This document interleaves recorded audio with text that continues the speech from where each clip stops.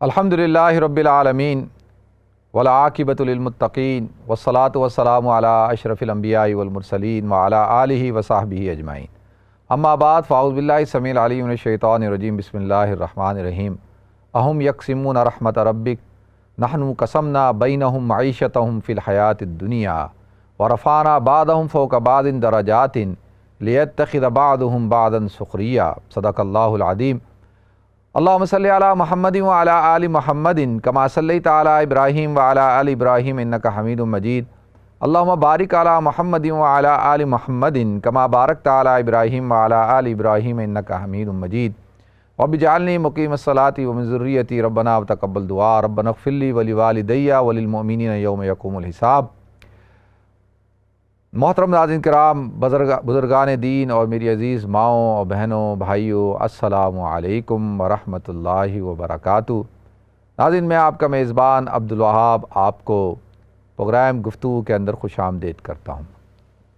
ناظرین، کل میں نے آپ حضرات کے سامنے زکوٰۃ کے مصارف کے حوالے سے گفتگو کی تھی۔ زکوٰۃ کا کہ جو مستحق لوگ ہیں ان کے جو قرآن پاک میں اللہ رب العزت نے 8 قسمیں بیان کی ہیں ان کو بیان کیا تھا اور اس حوالے سے تفصیل کے ساتھ گفتگو کی تھی۔ لہذا ناظرین، یہ جو زکوٰۃ ہے، زکوٰۃ کو اللہ رب العزت نے کیوں مشروع کیا؟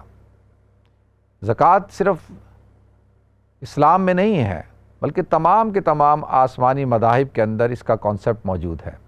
جب ہم قرآن پاک پڑھتے ہیں تو قرآن پاک میں مختلف انبیاء کرام کا تذکرہ آتا ہے تو وہاں پر زکوٰۃ کا تذکرہ بھی آتا ہے، جیسا کہ حضرت عیسیٰ علیہ السلام کے حوالے سے کہ وہ فرماتے ہیں وَأَوْصَانِي بِالصَّلَاةِ وَالزَّكَاةِ مَا دُمْتُ حَيًّا، کہ مجھے اس بات کی وصیت کی گئی ہے وَأَوْصَانِي بِالصَّلَاةِ، نماز کی، وَالزَّكَاةِ، اور زکوٰۃ کی، جب تک میں زندہ رہوں۔ تو لہذا اسی طریقے سے اور انبیاء کرام کا بھی جب ہم ان کے حوالے سے پڑھتے ہیں تو وہاں پہ زکوٰۃ کا تصور پایا جاتا ہے۔ تو اس سے یہ بات پتہ چلی ہے کہ زکوٰۃ تمام کے تمام مذاہب کے اندر ایک اہم رکن ہے، اس کو اہمیت حاصل ہے۔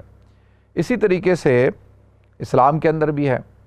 تو لہذا زکوٰۃ، جیسے میں نے عرض کیا کہ زکوٰۃ کا جو موضوع ہے وہ اللہ کی مخلوق ہے۔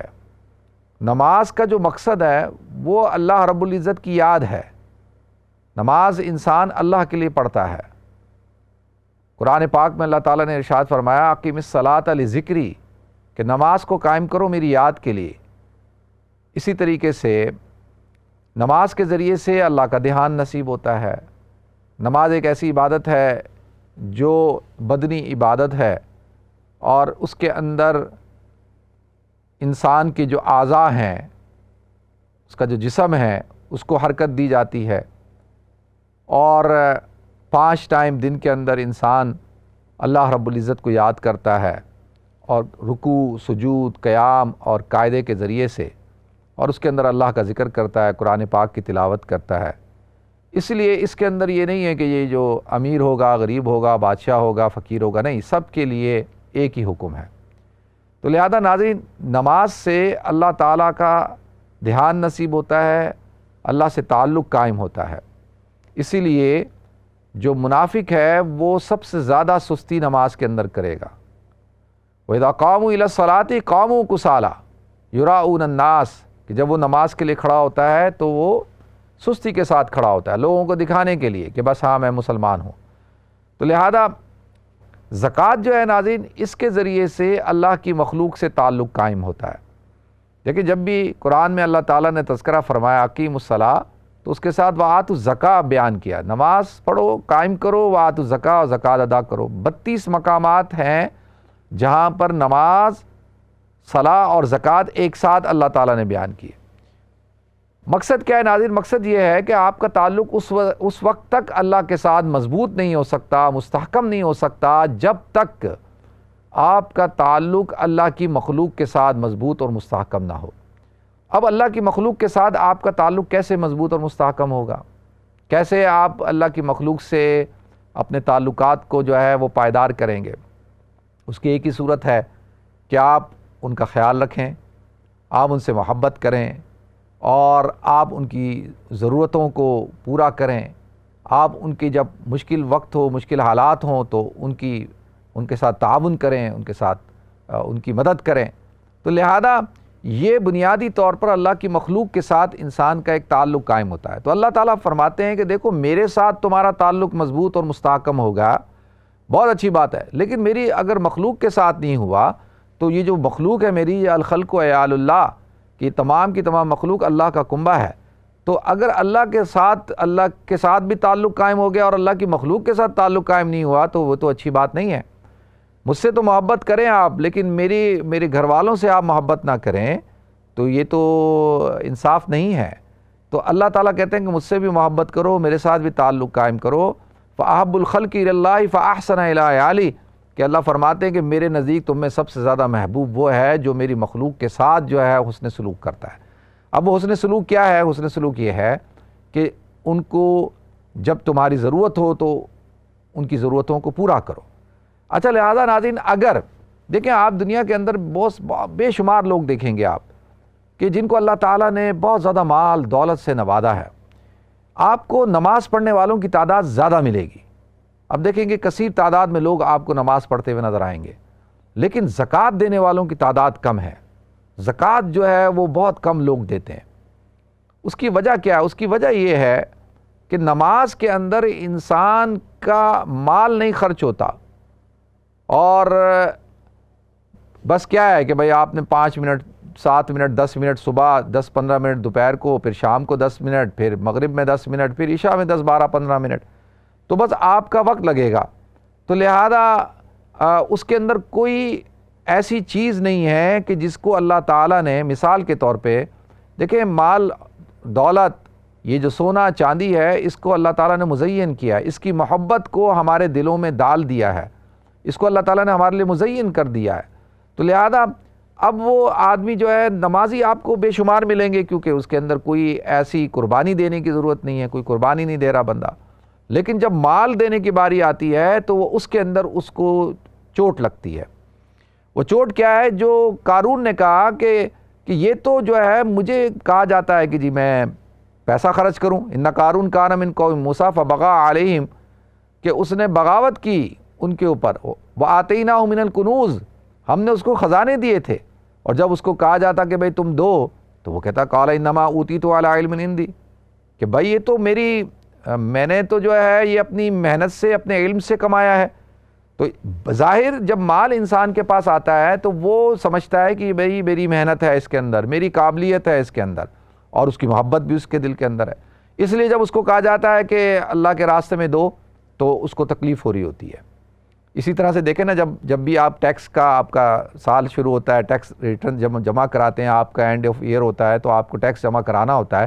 تو ٹیکس جمع کراتے ہوئے بہت پریشانی ہو رہی ہوتی ہے، اور جو ہے وہ آدمی کہتا ہے یار یہ کیا اتنا ٹیکس دیں، اتنا ہم نے محنت کر کے کمایا، اتنی تجارت کی، اتنا بزنس کیا، اتنی جاب کی، اور اس کے بعد اینڈ میں اتنا ٹیکس دے دو. تو وہ خوشی نہیں دے رہا ہوتا، اس کے اوپر وہ بوجھ لگ رہا ہوتا ہے. وہ کہتا ہے کہ نہیں یار یہ تو ظلم ہے، زیادتی ہے. کبھی بھی آپ دیکھیں کوئی آدمی خوشی سے نہیں دیتا. اور اسی طریقے سے زکوٰۃ ہے. اب زکوٰۃ اس لیے آپ کو دیکھیں زکوٰۃ دینے والے لوگ کم ملیں گے، اور اس کے اندر جو ہے نمازی بہت زیادہ آپ کو ملیں گے. لوگ دیکھیں چلے میں جا رہے ہوں گے، 4 مہینے پہ جا رہے ہوں گے، لوگ جو ہے وہ حج کر رہے ہوں گے، عمرہ کر رہے ہوں گے، ہر سال عمرہ کرتے ہوں گے، اور آپ کو لیکن زکوٰۃ کے معاملے میں بہت کمزور ہوں گے. تو اس کی بنیادی وجہ یہ ہے. تو اللہ کہتا ہے کہ دیکھو اگر تم مجھ سے تعلق قائم کرنا چاہتے ہو تو تمہیں میری مخلوق سے، میرے کنبے سے بھی تعلق قائم کرنا ہوگا. تو لہذا اس میں فائدہ کس کا ہے؟ دیکھیں فائدہ اس میں انسان کا ہی ہے. یہ اگر کوئی سمجھتا ہے نا کہ فائدہ زکوٰۃ دینے میں غریبوں کا ہے تو یہ اس کی غلط فہمی ہے. زکوٰۃ دینے میں فائدہ انسان کا اپنا ہوتا ہے، امیروں کا ہوتا ہے. دیکھیں دنیا کے اندر جتنے بھی انقلاب آئے ہیں، آپ جو ہے یہ تھوڑا عرصہ پہلے جائیں، یہ جو رشیا کے اندر انقلاب آیا تھا، تو اور اس سے پہلے آپ چلے جائیں فرانس کا جو انقلاب ہے، اس کے اندر کیا وجہ بنی انقلاب کی؟ کیوں یہ تباہی ہوئی؟ جو رائل فیملیاں تھیں، بڑے بڑے شاہی خاندان تھے اور امیر لوگ تھے، رچ لوگ تھے، ان کو تباہ و برباد کر دیا گیا، ان کو قتل کر دیا گیا، ان کے بچوں تک کو مار دیا گیا. بالکل اتنا غصہ لوگوں میں کیوں تھا؟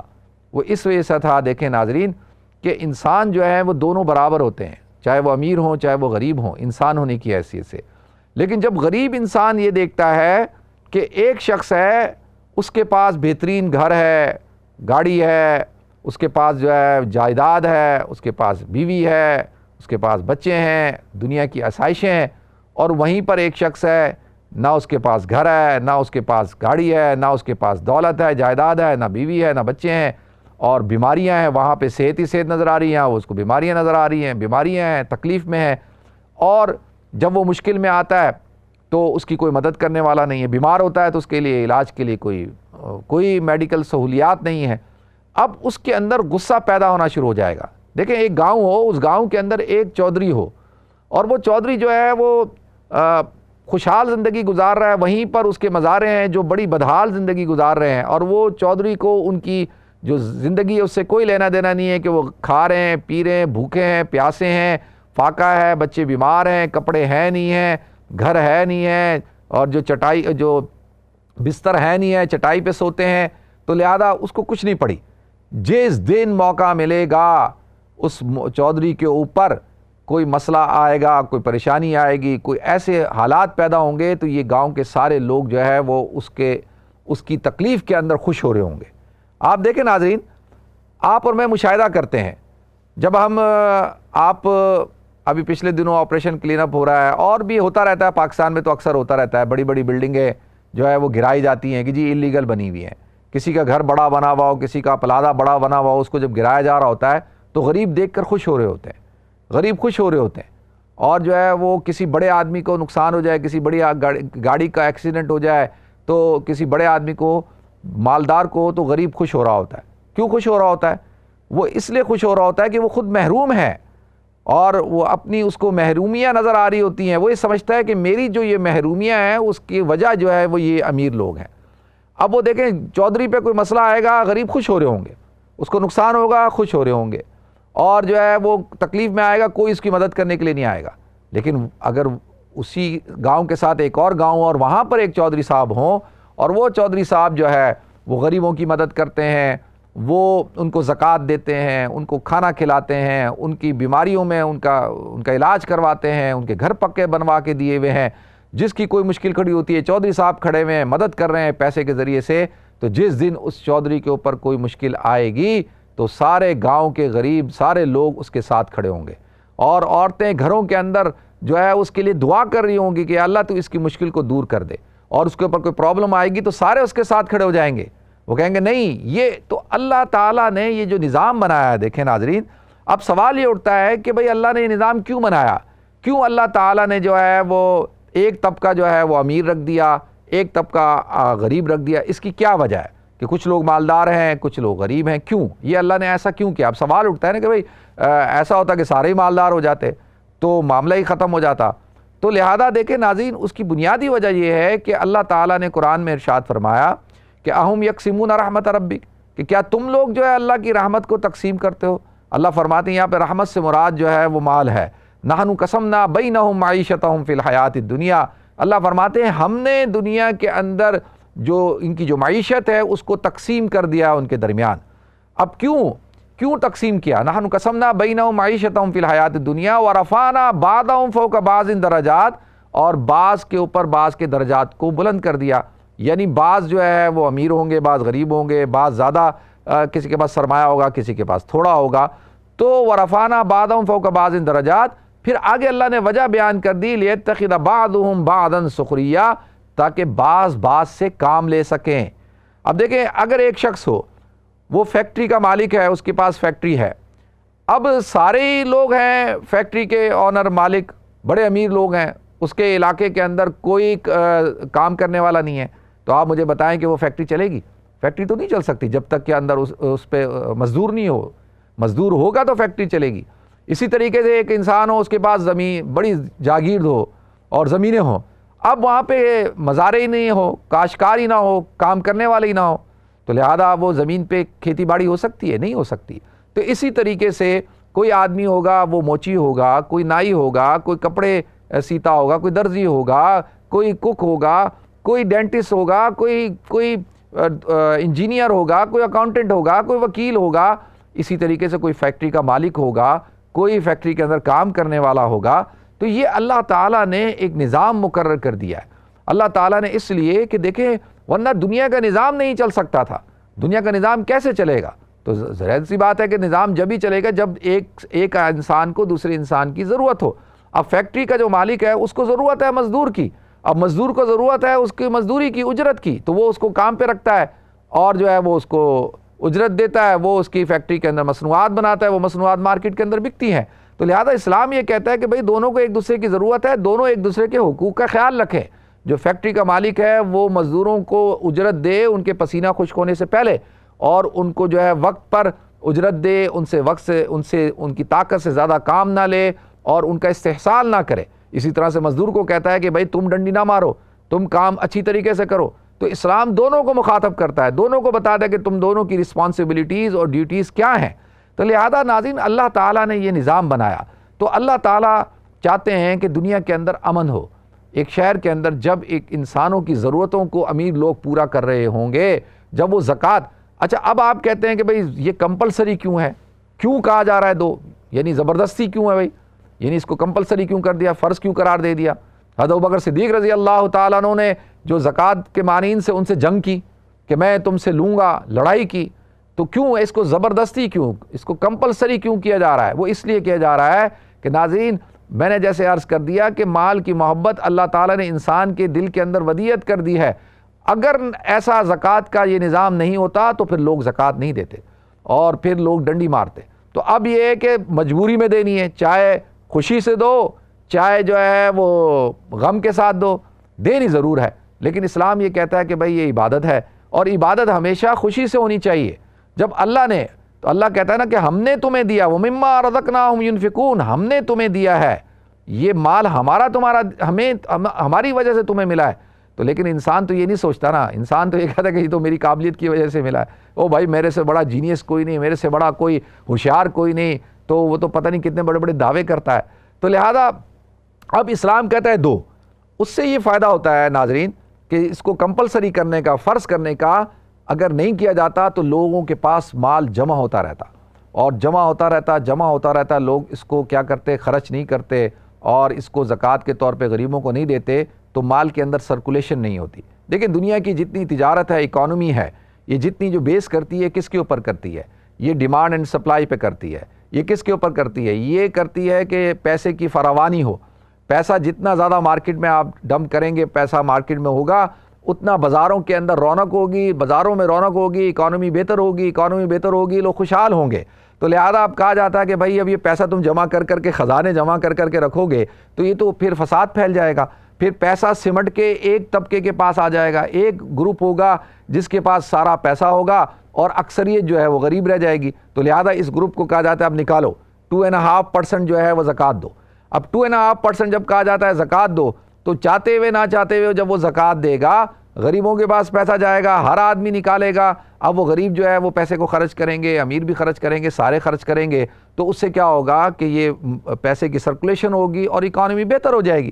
لہٰذا کسی نے کسی ایک ماہر اقتصادیات سے پوچھا، وہ میری طرح ہوگا کیونکہ میرا تو شعبہ یہ نہیں ہے، اس سے پوچھا کہ یار اکانومی کا جو سب سے جو قاتل چیز ہے، اکانومی کو تباہ کرنے والی چیز ہے، وہ کیا چیز ہے؟ تو اس نے کہا جی میں یہ سمجھتا ہوں کہ سائیکل ہے، سائیکل کو ختم کر دینا چاہیے. اس نے کہا بھئی سائیکل کیوں ہے؟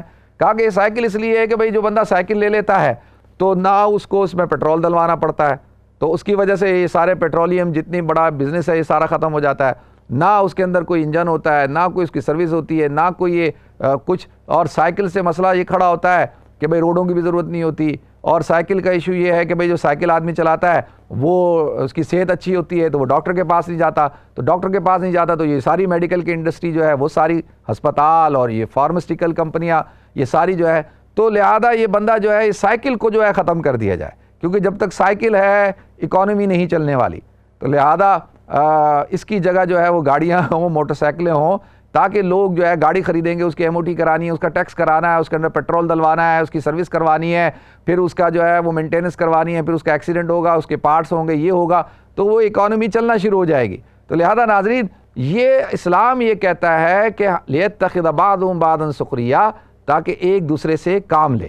تو لہذا ناظرین اس لیے یہ کانسیپٹ زکوٰۃ کا جو کھڑا کیا گیا تاکہ لوگوں کے دلوں میں جو ہے وہ ایک دوسرے کا احترام ہو، ایک دوسرے کی محبت ہو، اور جب کسی مالدار کو کوئی تکلیف پہنچے تو غریب کو بھی تکلیف پہنچے، وہ بھی کہے کہ یہ بہت اچھا آدمی تھا یار، یہ بڑا اچھا آدمی ہے، یہ دیکھو ہماری مدد کرتا ہے اور ہمارے ساتھ جو ہے ہماری پریشانی میں شامل ہوتا ہے۔ تو لہذا اسلام یہ چاہتا ہے کہ لوگوں کے اندر سے نفرتیں ختم ہوں، محبتیں پیدا ہوں، مالدار اپنے مال کے اندر خوش رہے، غریب جو ہے اگر اس کے اوپر غربت ہے اور اس کی ضرورتوں کو پورا کیا جا رہا ہے اور وہ غربت سے ختم ہو رہا ہے، غربت سے نکل رہا ہے، مڈل کلاس طبقے میں آ رہا ہے اور اس کی جو ہے زندگی کے اندر آسانیاں آ رہی ہیں لوگوں کی وجہ سے، تو وہ کیا کرے گا، وہ اس کے اندر سے نفرت کے اور غصے کے جذبات ختم ہو جائیں گے۔ دیکھیں جیسے ہی علاقے میں کچھ مسئلہ کھڑا ہوتا ہے تو لوگ فوراً نکلیں گے، گاڑیاں جلانا شروع کر دیں گے، بلڈنگیں جلانا شروع کر دیں گے۔ کیوں؟ کیونکہ ان کے اندر غصہ ہے، وہ یہ سمجھتے ہیں کہ جی ہم محروم ہیں، ہمارے پاس یہ چیزیں نہیں ہیں۔ حالانکہ گاڑی جس کی جلا رہے ہیں اس کا کوئی واسطہ نہیں ہے، ڈائریکٹلی تو کوئی واسطہ نہیں ہے، لیکن انڈائریکٹلی وہ سمجھتے ہیں کہ یہ ذمہ دار ہے ہماری محرومیوں کا۔ تو لہذا ناظرین اس لیے اسلام نے جو ہے اتنی سخت سزا بیان کی زکوٰۃ نہ دینے والوں کی۔ اللہ فرماتے ہیں والذین یکنزون الذھب والفضہ ولا ينفقونها فی سبیل اللہ فبشرهم بعذاب علیم یوم یحمى علیہا فی نار جہنم فتکوی بہا جباہہم وجنوبہم وظہورہم ھذا ما کنزتم لانفسکم فذوقوا ما کنتم تکنزون، کہ اللہ کہتے ہیں کہ جنہوں نے یہ مال جمع کیے ہوئے ہیں اور کنز خزانے جمع کر لیے ہیں اور یہ اس کو اللہ کے راستے میں خرچ نہیں کرتے۔ اچھا اسلام یہ کی خوبصورتی دیکھیں، وہ یہ نہیں کہہ رہا کہ پورا پیسہ خرچ کر دو، پورا پیسہ خرچ کرنے کو نہیں کہتا، وہ کہتا ہے کہ 2.5% خرچ کرو۔ دیکھیں ایک آدمی ہے، اس کی انکم اگر 1 لاکھ پاؤنڈ ہے تو اس کو کہا جاتا ہے 2,500 پاؤنڈ خرچ کرو، تو بڑے خوشی کے ساتھ وہ بندہ 2,500 پاؤنڈ کی زکوٰۃ دے دیتا ہے۔ اور یہی آدمی جب اس کی انکم جو ہے 1 ملین ہو جائے تو لہذا جب اس کو کہا جائے کہ بھئی 1 ملین پاؤنڈ ہو گئی ہے تو اب 1 ملین پاؤنڈ کا مطلب جو ہے تم نکالو اس میں سے، تو اب جو ہے اس کو پریشانی کھڑی ہو رہی ہے۔ اب اگر اس کی انکم جو ہے وہ 2 ملین پاؤنڈ ہو گئی تو زیادہ پریشانی کھڑی۔ اب ایک آدمی اس کے پاس اگر 100 ملین پاؤنڈ ہو اور اس کو کہا جائے کہ تو زکوٰۃ دے، تو وہ کہے گا بھائی میری تو کتنے ملین پاؤنڈ زکوٰۃ بنتی ہے، تو وہ زکوٰۃ کو دیکھ رہا ہے کہ کتنے ملین پاؤنڈ بنتی ہے، لیکن وہ اپنی ورتھ کو نہیں دیکھ رہا۔ تو لہذا دیکھیں تھوڑا جو 100 50 200 پاؤنڈ والے لوگ ہیں نا، زکوٰۃ دینے والے آپ کو زیادہ نظر آئیں گے کہ جو 100 پاؤنڈ 200 پاؤنڈ والے۔ ہاں الحمدللہ ایسے لوگ بھی ہیں جن کی 50 ہزار پاؤنڈ زکوٰۃ بنتی ہے، وہ دیتے ہیں۔ تو لہذا ایسے لوگ کم ہوتے ہیں کیونکہ وہ کہتے ہیں 50,000 پاؤنڈ یہ کون زکوٰۃ دے گا۔ تو لہذا پھر اللہ تعالیٰ کہتے ہیں فبشرہم بعذاب علیم، اور ان کو دردناک عذاب کی خوشخبری دو، بشارت دو، اور ان کو ان کے ماتھوں کو، ان کی پیشانیوں کو جو ہے دھکایا جائے گا۔ یوم یحمى علیہا فی نار جہنم فتکوی بہا جباہہم وجنوبہم، یعنی ان کی پیشانیوں کو، ان کی پشتوں کو، ان کے سامنے کی اس کو جو ہے سینوں کو، پیشانیوں کو جو ہے کس سے، جہنم کے انگاروں سے دہکایا جائے گا، جلایا جائے گا، داغ لگایا جائے گا، اور کہا جائے گا کہ فذوقوا ما کنتم تکنزون، اب یہ مزہ چکو اس چیز کا جو تم خزانے جمع کرتے تھے، جو تم نے خزانے جمع کیے تھے۔ تو لہذا ناظرین یہ اسلام کی خوبصورتی ہے، اور اللہ تعالیٰ نے اسلام ایک بہترین مذہب دیا ہے تاکہ معاشرے کے اندر امن قائم رہے، چین سکون اطمینان رہے، چوریاں ڈاکے اور لوٹ مار کا بازار بند ہو، اور لوگوں کے دلوں میں ایک دوسرے کی محبت ہو۔ وہ صرف ایک ہی راستے سے ہو سکتی ہے، وہ ہے اسلام کا نظام، اور وہ ہے کہ زکوٰۃ کو پوری طرح سے امپلیمنٹ کیا جائے، تو آپ دیکھیں کہ معاشرے کے اندر چین سکون اطمینان پیدا ہو جائے گا۔ اللہ تعالیٰ مجھے آپ کو ہم سب کو عمل کرنے کی توفیق عطا فرمائے۔ وآخر دعوانا الحمدللہ رب العالمین۔